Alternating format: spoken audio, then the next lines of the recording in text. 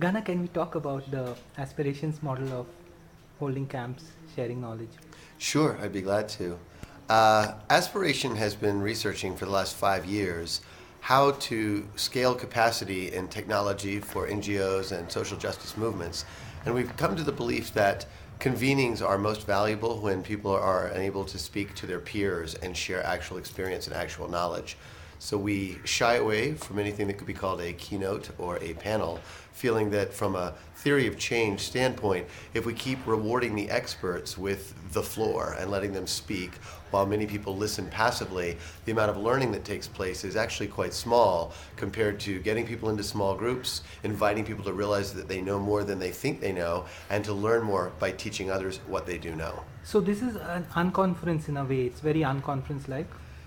I resist the term unconference because I think it's a meaningless phrase.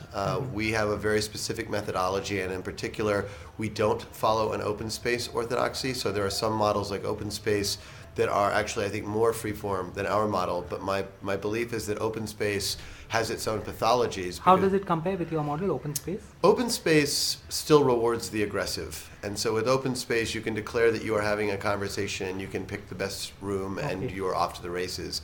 We moderate some of the session ideas to make sure that the people giving the sessions are offering them for the benefit of others, not for the benefit of themselves. So there's a slight heavy hand in our model because we want the quality of the sessions to be consistent, and we don't want the sessions to be marketing for somebody's software or somebody's cause.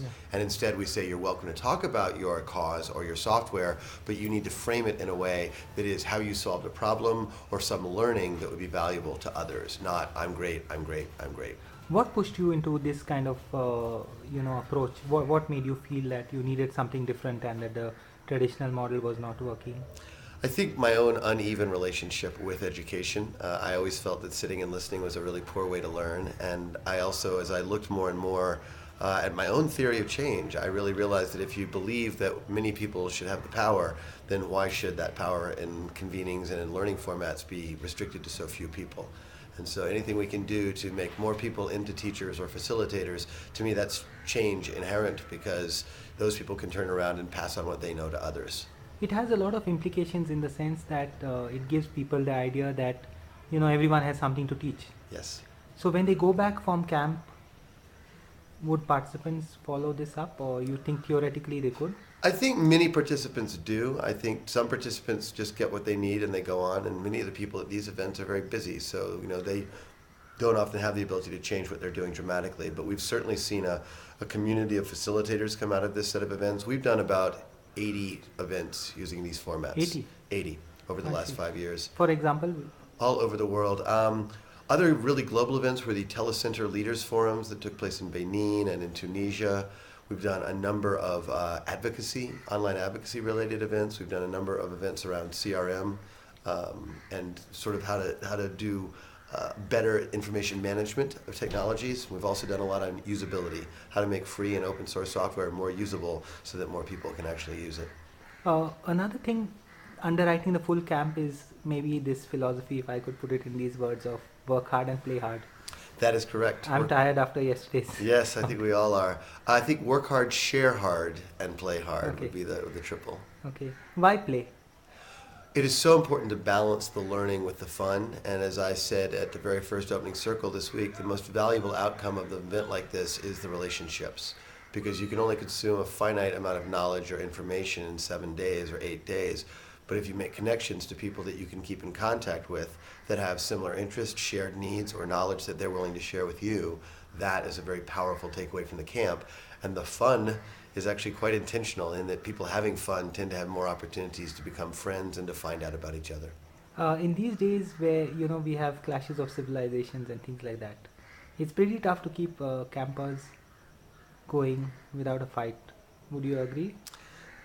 I would agree that we have certainly had a number of incidents over the years. I think it's a matter in many ways of setting expectations, and our participant guidelines mandate respect. And we have been very heavy-handed when respect has not been offered to invite the disrespectful individuals just to leave the event. And so it's a problem that sorts itself out rather quickly if it does arise. But for this kind of group with so many people working on social justice and social change issues, it's a pretty enlightened bunch. And so we're able to count on them to get along quite well. And the fact that there are no stars, the fact that there isn't a keynote speaker or super special panelists, and that the facilitators are told that they are in service to the other participants really shifts the dynamic so that no one feels slighted that they are not the speaker, that they are not the keynote. Because if they want to give a session, they can just sign up and give a session. And so that is absolutely something where we feel that reduces tensions that might exist if a person from one culture felt like a person from another culture was getting more respect. Yeah, yeah. Your music is also part of the camps. I mean, except for today morning when we Yes. missed it. But how I mean deliberate is it to give campers a good smooth kind of landing? I think I think the music is just a happy accident that's happened from the very first camp, and I think people seem to find it amusing in the good way. So we do it just to really create another dimension of uniqueness to the camp, and it's a nice way to make sure people do get to breakfast on time, so we can start opening circle. And one last question: at the end of all these camps, what would you like to see yourself having achieved, and aspirations, of course? I really like making new friends, both for myself and for the organization. And I also very much like to explore this methodology every time out because we make mistakes every time and we learn every time how to do this better. In this particular camp, we're certainly playing with some new stuff and seeing what works and seeing what doesn't. So I'm very happy for the learnings, but mostly just happy to be with such an amazing group of people. Thanks so much. Thank you.